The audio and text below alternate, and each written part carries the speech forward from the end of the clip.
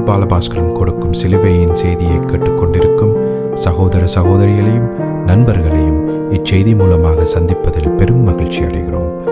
தாம் ஒருவரே ஞானமுள்ளவருமாயிருக்கிற தேவனுக்கு இயேசு கிறிஸ்துவின் மூலமாக என்றென்றைக்கும் மகிமையும் கனமும் உண்டாவதாக. ஆமீன்.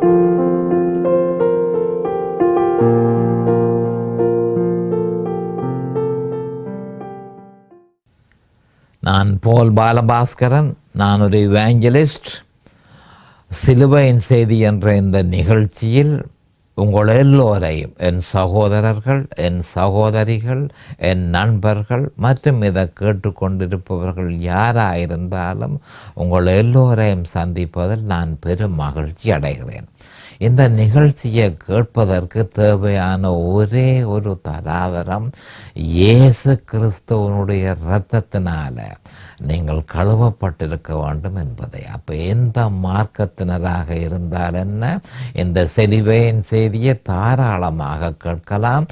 அவர்கள் இயேசு கிறிஸ்துவனுடைய மகாபரிசுத்தமான அந்த இரத்தத்தினால அவர்கள் ரட்சிக்கப்படாவிட்டால் அதனால் கழுவப்பட வேணும். ரட்சிக்கப்பட்டிருந்தால் முற்று முழுதுமாக அவர்கள் கழுவப்பட்டவர்களாக இருக்க வேண்டும். அவர்களுக்குத்தான் இது மிகுந்த உதவியாக இருக்கும் என்பது என்னுடைய நம்பிக்கை. இந்த நேரத்தில் கர்த்தருடைய வேத வார்த்தைகளை உங்களோடு பகிர்ந்து கொள்வது தான் என்னுடைய முக்கியமான நோக்கம் என்பதை நீங்கள் அறிந்து கொள்ள வேணும். கர்த்தருடைய வார்த்தை ஜீவ வார்த்தையாக இருக்கிறபடியினால் அது மட்டுமல்ல, அந்த வார்த்தை வார்த்தை தான் தேவன் என்றும் தேவன் தான் வார்த்தை என்று சொல்லி யோவான் 1:1 சொல்லப்பட்டிருக்கு. அந்த வார்த்தை தான் மாம்சமாக இறங்கி வந்தது என்று சொல்லி யோவான் 1:14 சொல்லப்பட்டிருக்கிறது. பிறகு யோவான் 1:29 அந்த வார்த்தை தன்னை பலியாக ஒப்பு கொடுத்ததுன்றதை ஜோன் த பேப்டிஸ்ட், யோவான் ஸ்நானன் என்ன சொல்கிறான் என்று சொன்னால், இதோ உலகத்தின் பாவங்களை சுமந்து தீர்க்கிற தேவ ஆட்டுக்குட்டி. அப்போ மாம்சமாக வந்து சிலுவைக்கு போவதற்காக தேவ ஆட்டுக்குட்டியாக இயேசு கிறிஸ்து நமக்காக தன்னை பலியாக கொடுக்கிற ஒரே ஒரு நோக்கத்திற்காகவே இந்த பூமிக்கு வந்தார் என்ற ஒரு உண்மையை நாம் அறிந்து கொள்ள வேண்டும். அப்போ அந்த அதுதான் வசனம் என்று சொல்லப்பட்டு கிடக்கிறது. அப்போ வசனம் என்றால் இயேசு கிறிஸ்து என்றால் வசனம் என்பதை நிரூபிக்கப்பட்டிருக்கிறது. அப்போ அந்த வசனம் முற்று முழுதுமாக சிலுவையில் அறையப்பட்ட இயேசு கிறிஸ்துவை பற்றியே பிரகடனப்படுத்துகிறது என்ற உண்மையை நாம் தெளிவாக அறிந்திருக்க வேண்டும். அப்போ இந்த சிலுவையின் செய்தியினுடைய நோக்கம் ரோமர் 6, 7, 8 அதிகாரத்தை பிரசங்கிப்பதே அதன் இறுதியான நோக்கம். அதற்கு முதல் சிலுவையை பற்றிய சில வேத வாக்கியங்களை எடுத்து கேட்டுக்கொண்டிருப்பவர்கள் பூரண அறிவை பெற வேணும். பூரண அறிவை பெற முடியாட்டியும் அவர்கள் ஓரளவு அறிவையாகுதல் பெற்றுக்கொள்ள வேண்டும் என்பதற்காக சிலுவையை பற்றிய வேத வாக்கியங்களை எடுத்து அதனை நான் இப்பொழுது பிரசங்கித்து கொண்டிருக்கிறேன். அதற்காக நான் தெரிந்து கொண்ட வார்த்தை வேத வசனம் 1 கொரிந்தியர் 2:2. இதனையே இதே வேத வசனத்தையே அடிப்படை வசனமாக எடுத்து இப்போ நான் கொஞ்ச காலமாக பிரசங்கித்து கொண்டு வருகிறதை நீங்கள் அறிந்திருப்பீர்கள். அப்போ 1 கொரிந்தியர் 2:2 என்ன சொல்லப்பட்டிருக்கிறது? இயேசு கிறிஸ்துவே சிலுவையில் அறையப்பட்ட அவரையே அன்றி வேறொன்றையும் உங்களுக்குள் அறியாதிருக்க தீர்மானித்திருந்தேன் என்று தெளிவாக பரிசுத்த ஆவியினால் ஏவப்பட்டு பவுல் அப்போஸ்தலர் சொல்லியிருக்கிறார்.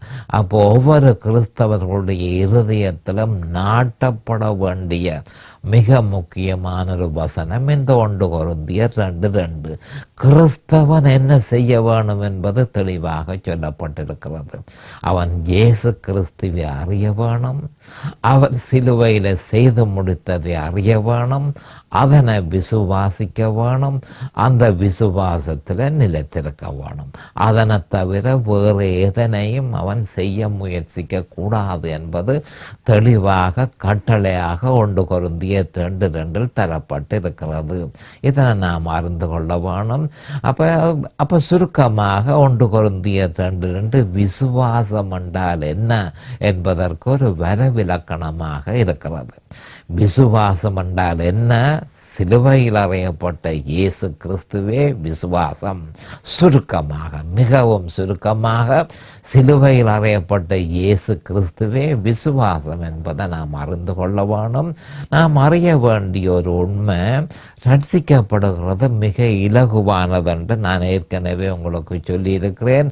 ரோமர் 10:13 தெளிவாக நம்முடைய ஆண்டவர் சொல்லியிருக்கிறார்,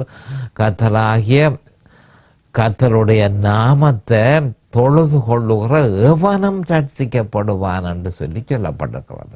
திருப்பி மறுபடியும் சொல்லுகிறேன், ரோமர் 10:13 கர்த்தருடைய நாமத்தை தொழுது கொள்ளுகிறவன் எவனும் ரட்சிக்கப்படுவான். அப்போ இயேசு என்ற அந்த நாமத்தை அறிந்து அந்த இயேசு என்னத்துக்கு வந்தார் என்றதையும் என்ன தனக்காக செய்தார் என்பதையும் ஒருவன் அறிந்து அதனை விசுவாசிப்பானா இருந்தால் அவன் இலகுவாக ரட்சிக்கப்பட முடியும் என்பது தெளிவாக ரோமர் 10:13 சொல்லப்பட்டிருக்கிறது. ஆனால் அடுத்த பிரச்சனை என்ன மாதிரி என்று சொன்னால், ரட்சிக்கப்படுகிறது ஒன்று, பரிசுத்தப்படுகிறது இன்னொன்று. ரட்சிக்கப்படுகிறது ஒன்று, ரட்சிப்பை பராமரிக்கிறது இன்னொன்று. ரட்சிப்பை பராமரிக்காமல் விட்டால் அவன் மறுபடியும் தன்னுடைய ரட்சிப்பை இழந்து பழைய மனுஷனாக அவன் மாறிவிடுவான். ஆனபடியால் தான் ரட்சிக்கப்பட்ட பின்பு தான் பெற்ற ரட்சிப்பை அவன் பராமரிக்க வேண்டிய ஒரு கட்டாயம் ஒவ்வொரு கிறிஸ்தவனுக்கும் இருக்குது என்பதை கிறிஸ்தவர்கள் அறிந்திருக்க வேணும். அப்போ அதை பற்றி நாங்கள் பராமரிக்கிறது அவ்வளவு இலகுவான ஒரு விஷயம் அல்ல. இதற்காகத்தான் அந்த ரோமர் 6-7-8 அதிகாரத்தை நான் போதிக்க விரும்புகிறேன். ஏனென்று சொன்னால் அதில் தான் எப்படி பராமரிக்கிறது என்ற விவரங்கள் முழுக்க அங்கு தரப்பட்டு இருக்கிறது. அதற்கு போவதற்கு முன்பு நாங்கள் முக்கியமாக பார்க்க வேண்டியது, ரட்சிக்கப்படுகிறது இலகுவானது, கிடைத்த ரட்சிப்பை பராமரிக்கிறது இலகுவான விஷயம் அல்ல. ஏனென்று சொன்னால் மிக முக்கியமான சத்துருக்கள், சுருக்கமாக மாம்சம், உலகம், பிசாசு, இந்த 3 சத்துருக்களும் நம்முடைய விசுவாசத்தை விலக்குவதற்காக தமாலான சகலதையும் மேற்கொள்ளும் என்ற ஒரு உண்மையை நாம் அறிந்து கொள்ள வேண்டும். ஆனபடியால் தான் அந்த பராமரிப்பு மிகுந்த முக்கியத்துவம் பெறுகிறது. அதை பற்றி நாங்கள் விவரமாக பார்ப்போம். அதற்கு முதல் நாங்கள் ஜெபத்திற்கு கடந்து செல்லுவோம். அரிமானங்கள் பிதாவே உமக்கு ஸ்தோத்திரம், பரலோகத்தின் பிதாவே உமக்கு ஸ்தோத்திரம், கர்த்தராகிய எங்கள் ஆண்டவரே உமக்கு ஸ்தோத்திரம், கர்த்தர் நல்லவரே உமக்கு ஸ்தோத்திரம், கர்த்தர் பெரியவரே உமக்கு ஸ்தோத்திரம், கர்த்தர் துதிக்கப்படத்தக்கவர் ஸ்தோத்திரம், கர்த்தர் மாறாதவரே ஸ்தோத்திரம், சத்திய பரனாகிய எங்கள் கர்த்தாவே உமக்கண்டைக்கும் ஸ்தோத்திரம்.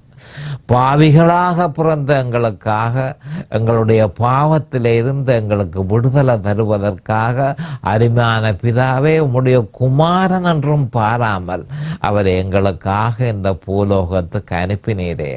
அவர் தன்னை பலியாக சிலுவையில் ஒப்பு கொடுத்து தன்னுடைய விலையேற பெற்ற இரத்தத்தை சிந்தி அந்த இரத்தத்தினாலே எங்களுடைய பாவங்கள் எல்லாவற்றையும் கழுவி பாவத்தின் கடன்கள் எல்லாவற்றையும் கொடுத்து தீர்த்து பாவத்தின் பிடியிலிருந்து முற்றும் முழுதுமாக எங்களை விலக்கி பரமபிதாவோடு அந்த இரத்தத்தினாலே எங்களை ஒப்புரவாக்கி அவருடைய கிருபாசனத்துக்கு துணிவாக எந்த நேரமும் போகக்கூடிய ஒரு பாக்கியத்தை எங்களுக்கு ஏற்படுத்தி தந்தார்.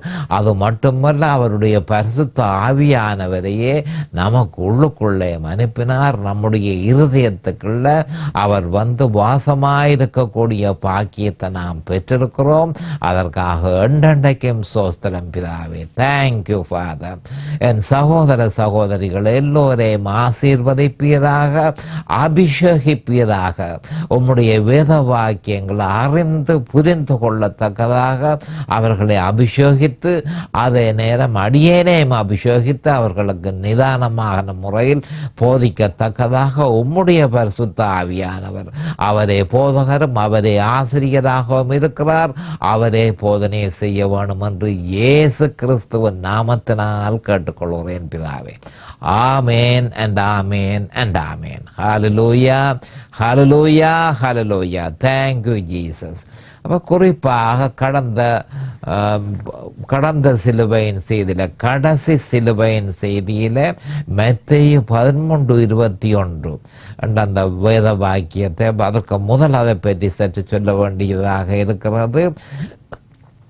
விதைக்கிறவனின் உபமானம், முக்கியமாக அந்த விதைக்கிறவனின் உபமானம் என்ற இதில் ஆண்டவர் சொல்லி இருக்கிறார். இந்த பராமரிக்கிறது அவ்வளவு இலகுவான விஷயம் அல்ல. 75% கிறிஸ்தவர்கள் தங்களுடைய ரட்சிப்பை இழந்து போகிறார்கள். 25% கிறிஸ்தவர்களே கடைசி வரையும் தங்களுடைய ரட்சிப்பை பராமரிக்கிறார்கள் என்று சொல்லப்பட்டிருக்கிறது. இது பற்றிய விவரத்தை நம்முடைய ஆண்டவராகிய இயேசு கிறிஸ்து விதைக்கிறவனின் உபமானத்தில் 3 சுவிசேஷத்திலையும், 3 முக்கியமான சுவிசேஷம், மத்தேயு, லூக்கா, மார்க் ஆகிய 3 சுவிசேஷத்திலும் சொல்லப்பட்டிருக்கிறது. அந்த 3 சுவிசேஷத்தை பற்றி தான் நாங்கள் பார்க்கிறோம். ஏனென்று சொன்னால், இது தெரியாவிட்டால் நீங்கள் மற்ற உபமானங்கள் எல்லாவற்றையும் என்னென்று அறிந்து கொள்வீர்கள் என்று மார்க்கில் நம்முடைய ஆண்டவராகிய இயேசு கிறிஸ்து சொல்லியிருக்கிறார். ஆனபடியால் இதை மிகுந்த முக்கியத்துவம் பெறுகிறது என்பதை கிறிஸ்தவர்கள் அறிந்து கொள்ள வேண்டும். அப்போ நாங்கள் லூக்காவில் 8ஆம் அதிகாரம் 5ஆம் வசனத்திலிருந்து 15ஆம் வசனம் வரையும் பார்த்தோம். மத்தேயுவில் 13ஆம் வசனத்திலிருந்து, குறிப்பாக மத்தேயுவில் 13ஆம் அதிகாரம், வசனம் அல்ல, 13ஆம் அதிகாரம் 3ஆம் வசனத்தில் இருந்து 23ஆம் வசனம் வரையும் இதனை பற்றி சொல்லியிருக்கிறது. அதில் 13:21 பற்றி தான் தற்பொழுது நான் பிரசங்கித்து கொண்டிருக்கிறேன். அப்போ 13:21 நாங்கள் மறுபடியும் இருக்கா பார்ப்போம். அது மிகுந்த முக்கியத்துவம் வாய்ந்த ஒன்று. ஏனென்று சொன்னால், சிலுவையை பற்றிய உபதேசத்தை கேட்டவுடனே மனுஷனுக்கு இடறல் ஏற்படுகிறது. இந்த இடறலால் அநேகமான கிறிஸ்தவர்கள் விசுவாசத்தை விட்டு விலகி போகிறார்கள். அது அவர்களுடைய சுயநீதிக்கு ஒரு சவாலாக இருக்கிறது. அவர்களுடைய ப்ரைடுக்கு ஒரு சவாலாக இருக்கிறது. மற்றது மனுஷனுடைய சுய பலங்களுக்கு அது ஒரு சவாலாக இருக்கிறது. ஆனபடியால் மனுஷன் அது தேவையில்லை எங்களுக்கு என்று சொல்லி அவன் தன்னுடைய வழியை பின்பற்ற போகிறபடியினால், ஆண்டவரோ உன்னுடைய வழியை நான் ஒரு பொழுதும் ஏற்றுக்கொள்ள மாட்டேன், நீ பாவியான மனுஷன் என்ற உண்மையை நீ அறிந்து கொள்ள வேணும், உனக்காக என் குமாரன் வந்து சிலுவைக்கு போய் தன்னை பலியாக கொடுத்து அவருடைய இரத்தத்தினால உன்னை மீட்டு கொண்டார் என்ற உண்மையை நீ அறிந்து அதனை விசுவாசித்து அந்த விசுவாசத்தில் நிலைத்திருக்க வேண்டியது தான் உனக்கு நான் இட்ட நிபந்தனை. இந்த நிபந்தனையை பின்பற்று. உன்னுடைய வழி ஒன்றும், அதாவது நான் ஒரு பொழுதும் ஏற்றுக்கொள்ள மாட்டேன் என்று ஆண்டவர் சொல்றார். அது காரணமும் இருக்கு. ஏனென்று சொன்னால், மனுஷன் பாவியாக பிறந்தபடியினாலேயும் அவனுக்கு உள்ளுக்குள்ள பாவம் இருக்கிறபடியினாலேயும் அந்த பாவம் மகாபலம் பரந்திய ஒரு ஆவி, ஒரு அசுத்த ஆவி மனுஷனுக்குள்ளே இருக்கிறபடியினாலும் அவ்வளவு லேசாக மனுஷன் தன்னுடைய பலத்தினாலே எதனையும் செய்யலாம் என்று அவன் யோசிப்பான். ஆனால் அது முடியாத ஒரு விஷயம் என்பதை அவன் கடைசியில் அறிந்து கொள்ளுவான். ஆனபடியால் தான் ஆண்டவர் அதுக்கு நீ ஏன் போவான், அதிலும் பார்க்க என் குமாரன் உனக்காக செய்த நீதியே, சிலுவையிலே அவர் செய்து முடித்த நீதியே மனதார நீ ஏற்றுக்கொண்டு அதனை விசுவாசி ரட்சிப்பாயா இருந்தால் ரட்சிப்பை பெற்றுக்கொண்டு தேவனுடைய ராஜ்யத்துக்குள்ள பூரக்கூடிய பாக்கியத்தை உனக்கு கிடைக்கிறது. தேவனுடைய பிள்ளையாக இருக்கக்கூடிய பாக்கியமும் உனக்கு கிடைக்கிறது. அப்போ அதனை நீ பெற்றுக்கொள்ளலாமே என்று சொல்லி ஆண்டவர் கேட்கிறார். இதைத்தான் மத்தேயு 11:21 சொல்லப்பட்டிருக்கிறது. மனுஷனுக்கு என்ன ஏற்படுகிறதுன்றதை கவனமாக கேட்டுக்கொள்ளுங்கள். ஆகிலும் தனக்குள்ளே வேறில்லாதவனாய் கொஞ்ச காலம் மாத்திரம் நிலைத்திருப்பான். அப்போ இயேசு கிறிஸ்துவை ஏற்றுக்கொண்டு அதாவது வேறும் அவனுக்கு போக தொடங்கிட்டது. பிறகு அந்த வேர் மேற்கொண்டு போக முடியாமல் இருக்கிறது. கற்பாறையில தடை பண்ணி அங்கால போக இயலாமல் வேறு இருக்கிறபடியினால் என்ன நடக்கிறது? வேறில்லாதவனாய் கொஞ்ச காலம் மாத்திரம் 1 வருஷம் 2 வருஷத்துக்கு மிகுந்த சந்தோஷத்தோட அவன் வந்து கொண்டிருப்பான். சேர்ச்சுக்கும் போய் கொண்டிருப்பான். இந்த நேரமும் ஆண்டவரை அறிய வேணும் என்று சந்தோஷமாக இருப்பான். இருந்தா போல பார்த்தால் வசனத்தின் நிமித்தம் உபத்திரவமும் துன்பமும் உண்டான உடனே இடறல் அடைவான். இதுதான் முக்கியமான பிரச்சனை. இதுதான் மிக முக்கியமான பிரச்சனை என்பதை நாம் அறிந்து கொள்ள வேண்டும். ஏனென்றால் இடறல் ஏற்படுகிறது. உபத்திரவமும் துன்பமும் வசனத்தை ஏற்றுக்கொண்டதன் நிமித்தம் கிறிஸ்தவர்களுக்கு ஏற்பட்டு அவர்கள் உண்மையாக அந்த வசனத்தை ஏற்றுக்கொண்டார்களா? உண்மையாக இயேசு கிறிஸ்துவை ஏற்றுக்கொண்டார்களா? துன்பங்கள் ஏற்பட்டாலும் இயேசு கிறிஸ்து தான் எனக்கு தேவை என்று சொல்லி நம்பிக்கையாக இருக்கிறார்களா என்று சொல்லி அந்த நம்பிக்கை சோதிக்கப்படும். உபத்திரவத்தினாலும் துன்பத்தினாலும் சோதிக்கப்பட்டு அது உறுதி செய்யப்படும். அது அடுத்ததாக பிரச்சனை என்ன மாதிரி என்று சொன்னால் இடறல் அடைகிறது. அந்த வசனத்தின் நிமித்தம் மனுஷன் இடறல் அடைவான் என்று சொல்லப்பட்டு கிடக்கு.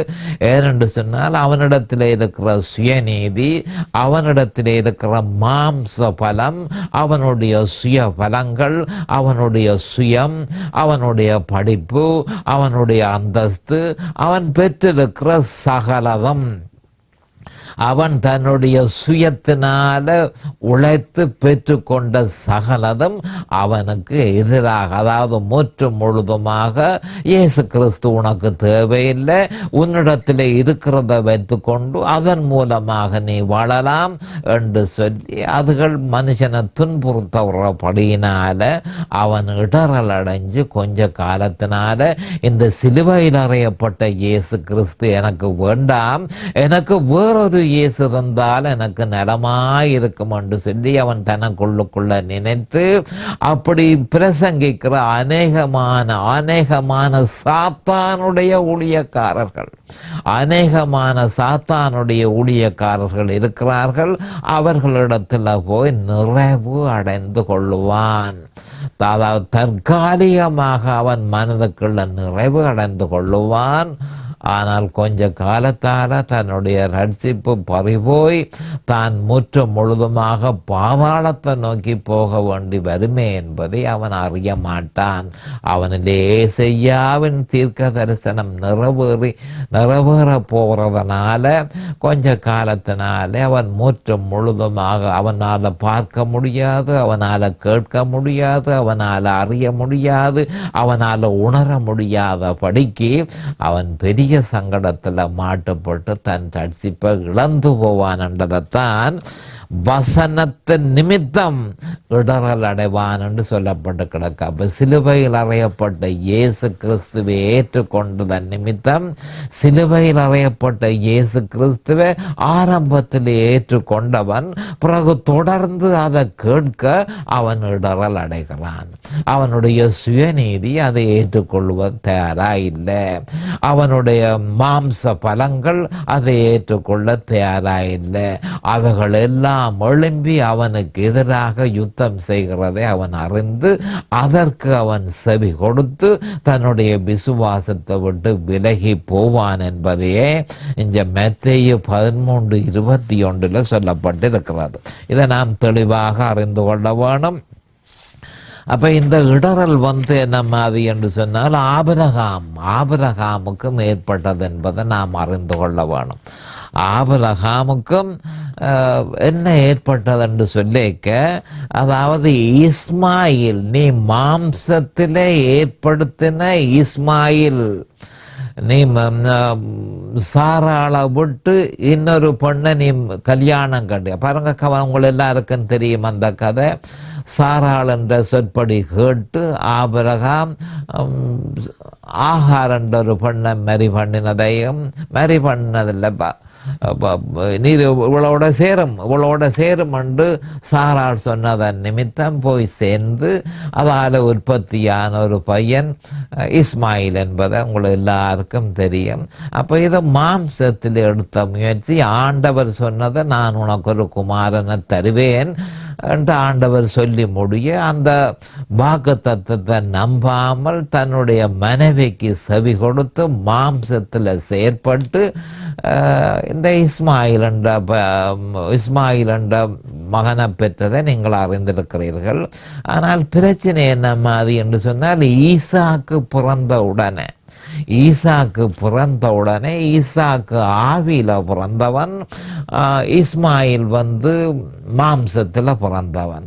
அப்போ மாம்சத்தில் பிறந்ததும் ஆவியில் பிறந்ததும் ஒரு இடத்துல இருக்க இயலாது. ஏதாவது ஒன்றை கொல்லுமன்றதை நாம் நிச்சயமாக அறிந்திருக்க வேணும். ஒன்றில் ஆவி விலக வேணும் அல்லது மாம்சம் விலக வேணும். இதை தவிர வேறு எந்த விதமான வழியும் இல்லை. அப்போ என்ன நடந்தது என்று சொன்னால், மாம்சத்தில் பிறந்தவன் ஆவியில் பிறந்தவனை கொல்ல முயற்சித்தான் என்று சொல்லப்படுகிறது.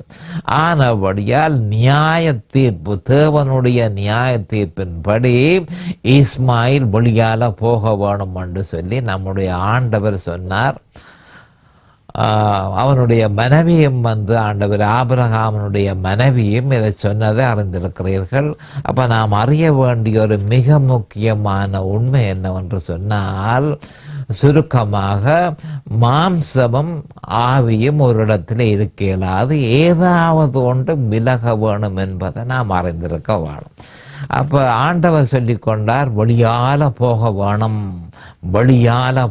வேணும் என்று சொல்லி, மாம்சத்தில் பிறந்தவன் வெளியால போக வேணும் என்று சொல்லி சாராள் கேட்டுக்கொண்டதன் நிமித்தம், ஆண்டவரும் அதனை உறுதிப்படுத்தினதன் நிமித்தம் அது இவருக்கு பெரிய ஒரு மனதுக்கு வேதனையான ஒரு விஷயமாக போய்விட்டதை நீங்கள் பார்த்திருப்பீர்கள். மிகுந்த வேதனை அடைந்து மனுஷன் மாம்சத்தில் உருவாக்குறது மனுஷனுக்கு பெருசாக இருக்கிறது. அப்போ என்ன நடக்குது என்று சொன்னால், அவன் கொஞ்ச காலத்துக்கு பிறகு அதை அந்த மாம்சத்தில் பிறந்ததை எப்படியாகுதல் அகற்ற வேணும். மாம்சத்தில் உற்பத்தி செய்த எதனையும் அகற்றி ஆவிக்கு இடம் கொடுக்க வேணும் என்பதே தேவனுடைய ஏற்பாடாக இருக்கிறது. அது ஆபிரகாமுக்கு துக்கமாக இருந்தது. ஆனால் அவன் சிலுவையின் செய்திக்கு இடம் கொடுத்தான்.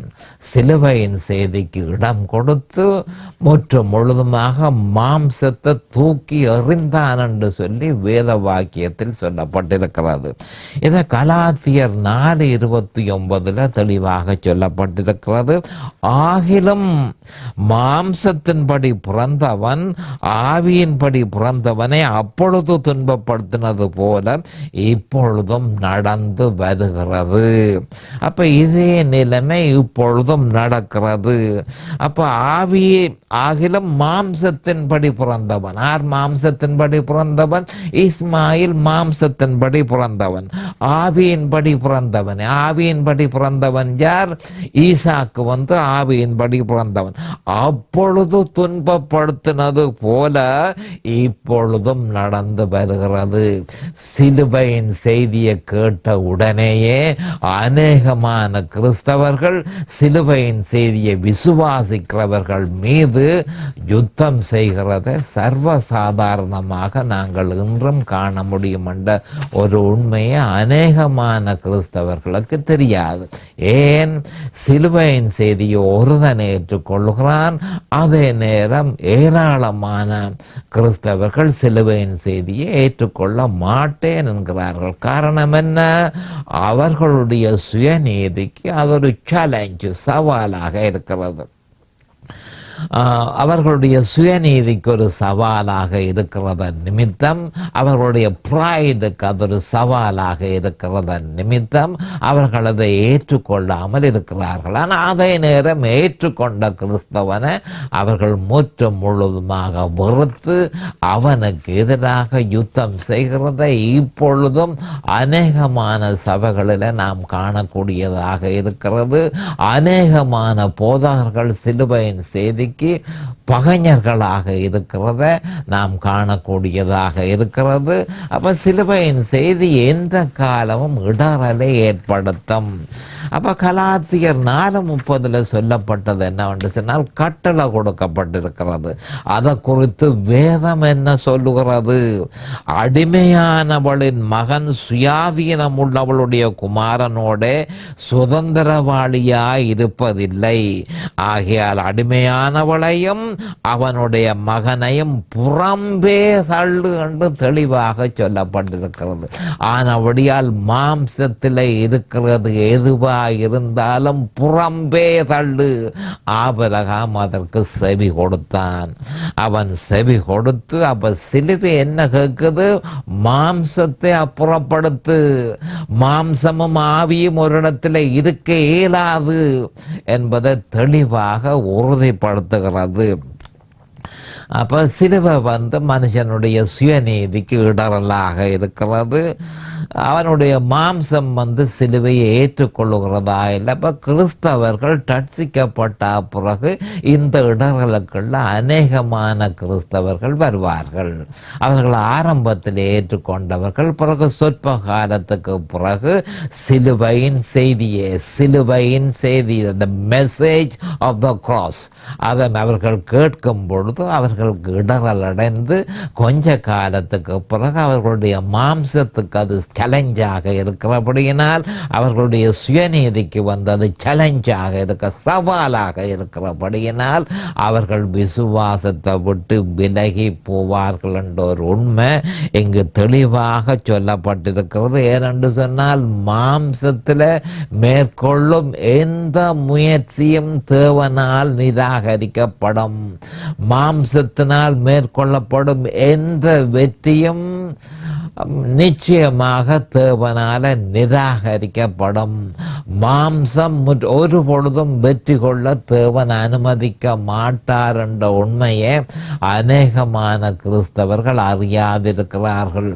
இயேசு கிறிஸ்துவனுடைய குமாரன் சிலுவையில், இயேசு கிறிஸ்து தேவனுடைய குமாரன், தேவனுடைய குமாரனாகிய இயேசு கிறிஸ்து சிலுவையில் செய்து முடித்தது தாராளமாக போதுமாக இருக்கிறது. கிறிஸ்து பரிபூரணம் உள்ளவராக இருக்கிறார் என்று சொல்லி கொலோசியர் 2:10 சொல்லப்பட்டிருக்கிறது.